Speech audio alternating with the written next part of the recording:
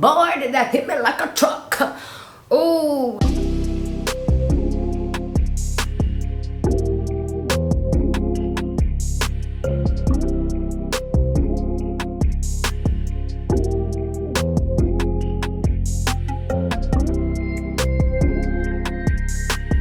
Hi everybody, thank you so much for tuning into my channel today. My name is Amelia Sky and this is A Millionaire's Club. We're going to be talking about rejection. I originally actually recorded a different video and I changed my mind because now I think it's more relevant to talk about rejection since more and more people are going to be shocked and appalled when they're rejected from top universities across the country and they can't blame affirmative action.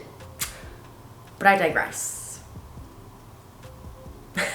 Anyways, no, I genuinely wanted to talk about rejection, my own personal journey with rejection, how I've dealt with it in the past and how even in like today, how I deal with it and how I overcome it. I think that rejection, it's something that so many people, if not everybody in this world, experiences at some point in their lives. It comes with some emotions that can be hard to process for people. I thought it'd be a great idea to just chat about it today with all of you. Before we get into it though, be sure to like, comment, share, and subscribe. I gotta make sure I hit everything. I'll be like in my head because there's a little checklist, y'all. Yes, if you aren't already subscribed, join the club. This is my third video and I'm already really enjoying myself doing this. So my goal was to make this channel like my passion project, and it's definitely been that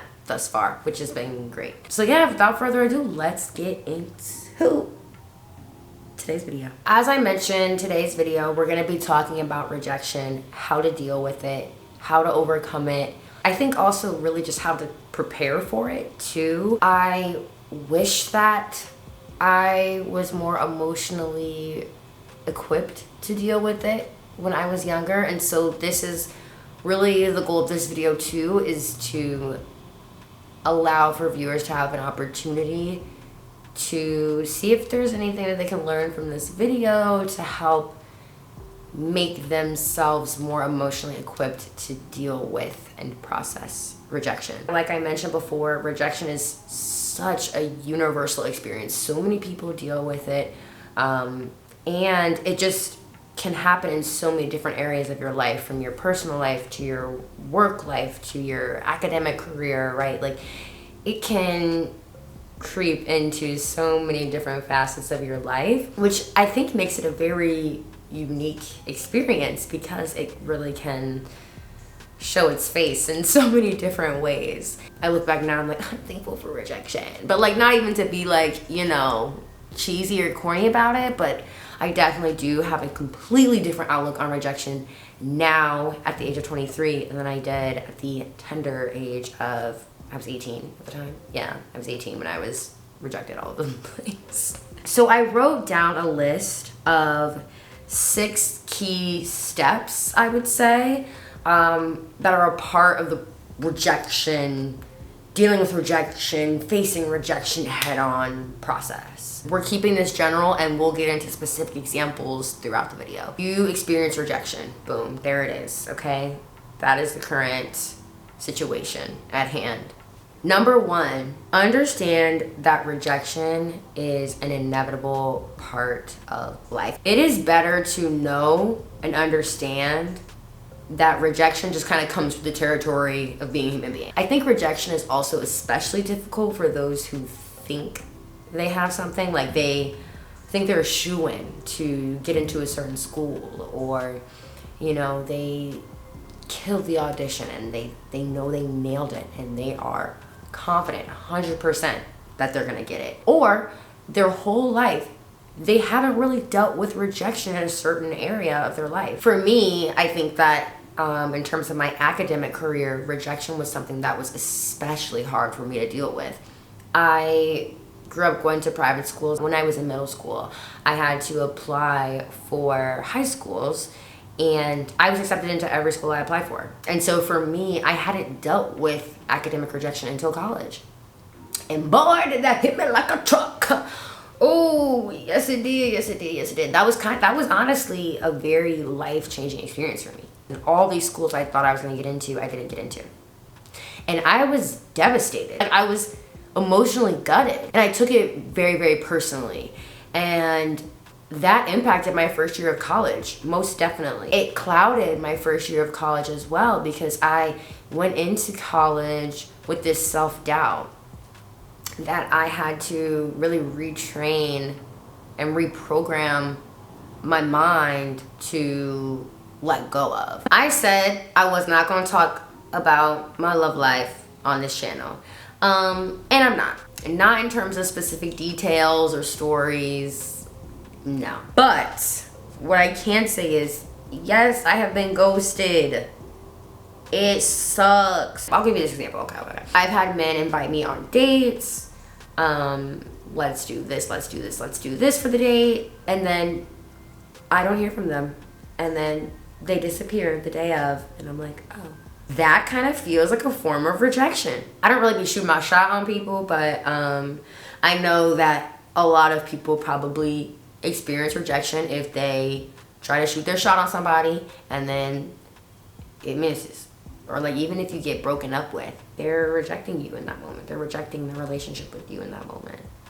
That's tough.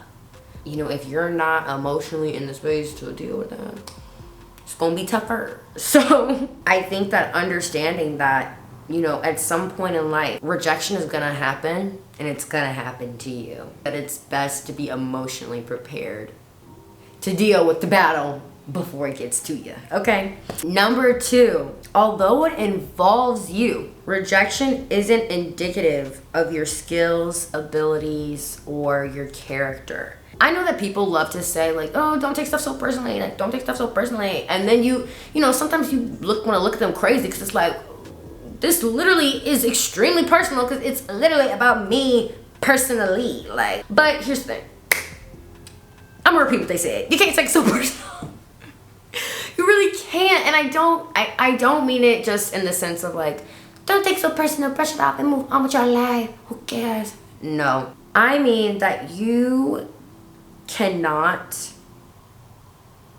let rejection define who you are, change who you are. You cannot let rejection be the factor that completely changes your perception of yourself. Because then you're gonna start to lose yourself. You're gonna start to doubt yourself. You're gonna start to downplay your own achievements and capabilities. That's what I did when I wasn't getting into schools. I was like, damn, like I'm not even really that good. I mean, maybe I'm not even really that smart. Like, you know what? Maybe this is just what I'm supposed to be. La, da, da, da. You know, I was really hurt and sad, and I took it very, very personally. There's a lot of moments with rejection where it's really not about you. It's about the program, or it's about the job, or it's about that other person, and it's their decision. You too can make a decision, right, in terms of how you want to navigate the world and move through the world. And others also get to make decisions about whether or not they choose to engage with you. You have to understand that while it is personal in the sense that it involves you, it is not an attack on your character, and it is not indicative of who you are, right? Based on a singular or multiple rejections that you receive. I started applying for jobs junior year, summer, like the summer going into senior year. I was rejected from job after job after job after job. I would get to these, to the interviews, I would get through several rounds, and then I would be rejected at the very end. This was something that was kind of, because of my college rejection experience, I was a little bit tougher, I was a little bit stronger, so I was like, okay, you know what, like you know who you are, you know what I'm saying, you know, you got this. But after rejection number, I lost count. I was like, oh, maybe I'm not gonna be employed post-grad. But I could not take each and every rejection personally, or else I would have eaten me up alive. Couldn't do it. Every time I got a rejection email, delete. delete, had to move on. Some people like to keep a collection and frame them. I mean, to each their own. But for me, I can't look at it. I can't see it. Can't see the negativity. I'm blind to that, okay? So I had to tune it out and understand that it was not, because that there's something inherently wrong with me. Number 3, you need to have a strong sense of self. This, obviously, there's gonna be a million videos on YouTube already, like I know they already exist, that tell you how to grow in your sense of self, how to strengthen your self-worth, and how to boost your confidence and things like that. So we're not gonna go into a million and one steps on how to do that, okay? A fundamental understanding of who you are, your values, and your beliefs is, I think, personally, a very freeing experience, in addition to knowing who you are, right? Being confident and proud of who you are. And so then you can live very authentically and unapologetically in your truth. Because people who do that and choose to live in their truth and, you know, set boundaries and are assertive about that and make it clear that this is how they engage with others, only if it's in a truthful way, then you're only gonna be going in spaces where you're valued and appreciated. I know we hear the phrase all the time. 2 phrases actually, I'm about to say. If you're not invited, don't go. Don't go if you're not invited. But also, go where you're valued. Go where you're valued. But that is so true. Like, that rings extremely true. You should never be in a space where you feel as though you have to dim your light, you have to alter who you are to fit in. That is likely not the space for you. I'm not saying that you should never change any aspect of yourself and never grow, because I hear come some people in the comment, well, I should never change it, I should always be the same. No one said that. There are always opportunities, I think, for people to learn and for people to grow. And so I see myself, right, as constantly, not even like changing, but I am constantly evolving. It is important to be in a space where you can be yourself. No, I'm not saying that to apply to those random situations where people are a little crazy and they in spaces where it's like, well, you knew you shouldn't have shown up to this party looking like this or acting like this. You knew better. Because I think that sometimes people intentionally try to, you know, act dense. You know the point I'm making. You know exactly what we're talking about here.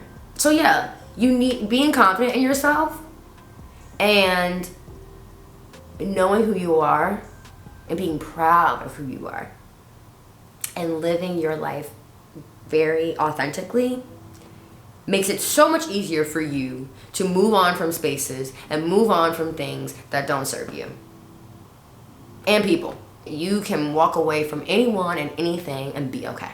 Number 4, let yourself feel every emotion that the rejection brings up for you. I do not believe in bad emotions. I think that all emotions are necessary. I don't think that all emotions necessarily make us feel good, right? I don't really necessarily feel very good when I'm sad, right? I don't, like, I'm hurting, right? Normally when I'm sad, or I'm hurting when I'm angry. I don't necessarily feel good, but I think that all emotions are necessary. And I think that all emotions are a part of the human experience and they make us human. And so I appreciate the complexity of human emotion and also the display of emotions too, right? And so for me, I want to make it very clear that through rejection, right, there's a lot of emotions that tend to be kind of difficult for people to often process and work through. I personally do not see them as negative emotions, but I think that the experiences themselves that come from like the rejection and the attached emotions, whatever they may be for you, can create a negative experience overall. But anyways, that's not the topic of today's video. I think that it is super, super important for you to sit and feel whatever the heck it is that you're feeling from said emotion. I talked about this in my last video, that I was rejected from a lot of colleges my first application cycle when I was going into my freshman year of college. I sat and cried a lot. Yeah, a lot of tears were shed. And then when I applied as a transfer to places and I was constantly being rejected again, I remember I was crying again. I used to be hitting them books, child, okay? I was in that library religiously. So I remember I was studying and then got a notification I was rejected from a school. I said, oh my God, again. It was a school I applied for twice. I was like, oh my God. I just sat and cried in that library. I just put the books, close it, sat and cried. Sat and cried, had to cry. Had to get it out. I'm also a crier, guys. A big believer in just letting the tears out. Just get it out. You know what I'm saying? It's very cathartic. And, you know, sometimes I will schedule a cry. Best believe I will, 3 to 3:30. We're gonna go get it out. We're gonna go get that cry out. And then we're gonna go get back to business. Anyways, there's been moments for me like when I wasn't invited to things by people who I considered to be good friends of mine. And I was like, well then, I'm gonna go cry. And I feel like that is a very appropriate response to let yourself feel whatever it is you're feeling. If you're mad about it, like, don't go hurt nobody now, you know what I'm saying? But I don't know, get a journal, go to a room, you know, in a place where you can break stuff. A friend of mine, I remember when I was super mad about something that happened to me once, she had like some balloons or something, and she was like, take this balloon, draw that person's face on it, and like hit it, beat up the balloon, and then pop it. And I was like, girl, I need that so bad. Shout out to you, girl. Thank you for that balloon, that red balloon. I'll never forget it. Find ways for you to process, and again, I can make a whole nother video on processing and dealing with your emotions, but find ways that you think are healthy for you, whether that's talking to someone that you trust, whether that's, you know, scheduling a therapy session, whether that's hitting that journal, whether that's listening to music, writing poetry, going on a walk, right? Sitting out in nature, whatever that looks like for you, and however you want to express those emotions, take the time to do it. Make time to do it. If you're not good about doing it, literally, I want you to write it down in the calendar. Boom, wow. From bow to bow, I'm going to cry. I'm going to journal. I'm going to, whatever it is, like, make time to do it. But depending on how you process stuff, you might accidentally be one of those types of people who just keeps going through the motions, la la la la, not processing nothing. It's just all festering up inside. Next thing you know, boom, it's going to explode in your face, and you're going to have all these problems because you're like, oh, an emotional wreck, and you're like, oh my God, what's wrong with me? And then you're like, oh yeah, I've been dealing with all this stuff that I've just been let sitting. Now you're looking goofy. You could have just dealt with it. But what I will say about this step, about step number 4, do not stay down forever. You can't stay down forever. Can't stay down forever. Which brings us to step number 5. After you let yourself process the rejection, move forward. I specifically chose the word forward and not on. I feel like sometimes people say move on and it feels a little bit dismissive. I remember there have been moments where I've been, I've experienced a hardship or hurt, and people are like, girl, just move on. And I'm like, excuse me, just move on. Did you not hear what I just told you just happened to me? Like, you expect me to just move on from that? Like, no. But I do expect you to move forward, okay? Because, and it's okay if you don't forget the rejection. I'm not one of the people who's going to encourage you to forget about stuff. You know, people like, I forgive and forget. I do not forget, okay? I forgive, most definitely. I think that forgiveness is extremely important in life. And I think that forgiveness has helped me to live a more fruitful life. But I don't forget. And it's not to say that I'm going to hold it over your head, because if you truly forgive and move forward, then you don't do that, right? But it is to say that I cannot forget about this, right? Unless I actually just forget about it. But I am choosing to remember this because, 1, it's a part of my life experience, and 2, it has shaped me into who I am. In terms of also moving forward, it helps to reflect on number 3, which is knowing who you are and being proud and confident in who you are. Because moving forward is much, much easier when you know who you are and what you will and won't tolerate in this life. I also encourage you to be very present. be kind to yourself and give yourself grace, because there may be waves where you feel emotions come back and just kind of resurface related to whatever the rejection is that you experience. And that is totally fine. Process it then again, and then continue to move forward. We cannot stay down forever. There's too much to do. There's too much life to live. There's too much life to experience. There's too much like joy in this world. There's a lot of pain and hurt too. I like to think of myself as a optimistic realist, okay? Because I'm gonna keep it real with you. We're gonna weigh all sides. But why not also choose to live with a more optimistic mindset while being very realistic about our reality? You get me? And number 6, the very last thing, which is, what did you learn?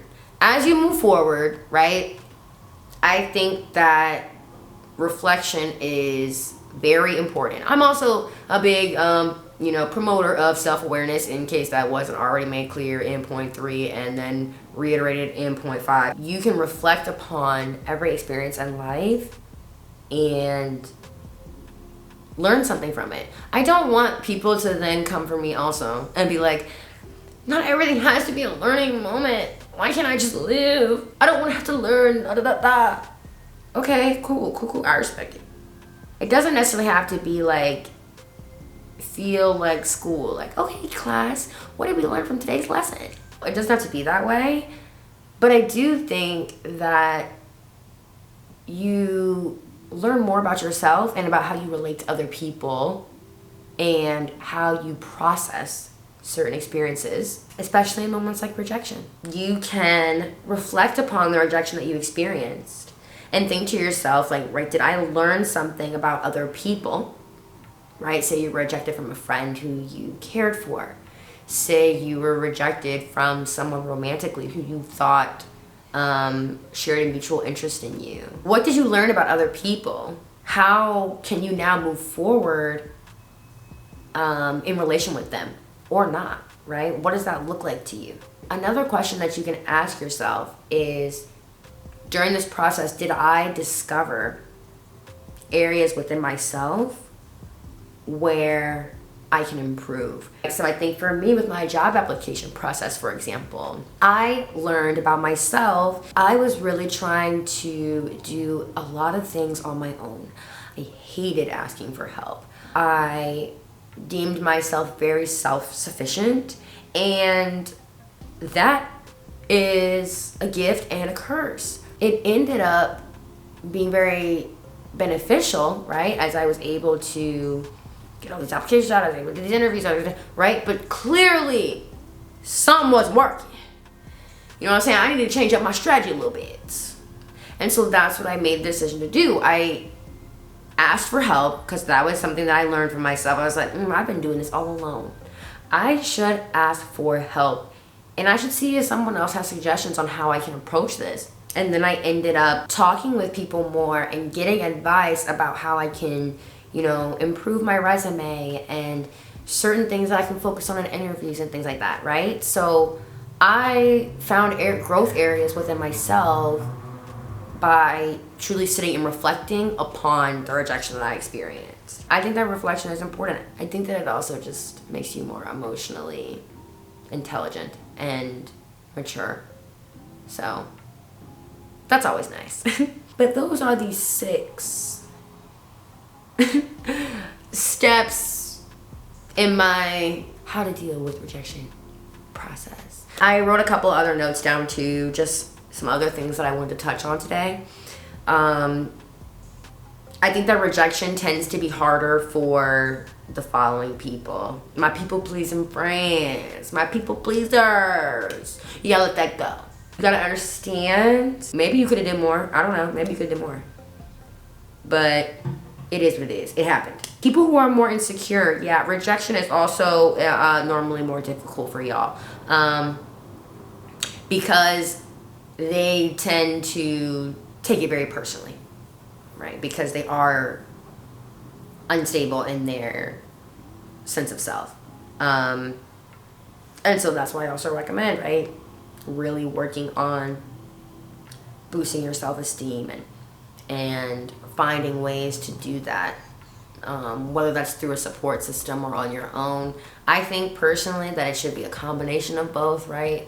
Having a very supportive network in your life, as well as really taking steps to get to know yourself and grow more in love with yourself. I think it's a very multifaceted process. You should lean on other people during that time and learn how to thrive alone.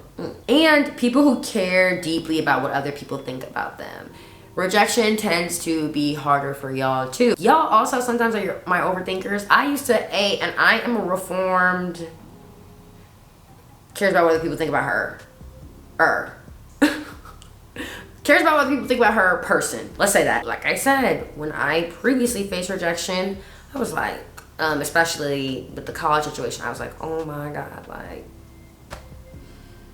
they hate me, they think I'm this, they think like I'm overthinking everything, and I'm thinking of 1,000,001 scenarios and situations, and yeah, you have to let it go. You have to let it go. Because it's gonna consume you and your thoughts and your life, and you're gonna be miserable. You know, at you're 18, I'm sorry, you 18, you're still a child. Like, you're still a child. I still feel like a grown child. Like, and I'm 23. I'm very young, and I have definitely lived a lot of life, but I am fully aware that I have so much to learn. I think about who I was at 18, and I was I think for that age, I was emotionally mature, but I was still very emotionally underdeveloped. Like, I still had so much to learn about the world and myself. And so I took rejection very hard back then. You have to remember that at the end of the day, rejection happens everywhere. All the time. You even are going to reject people.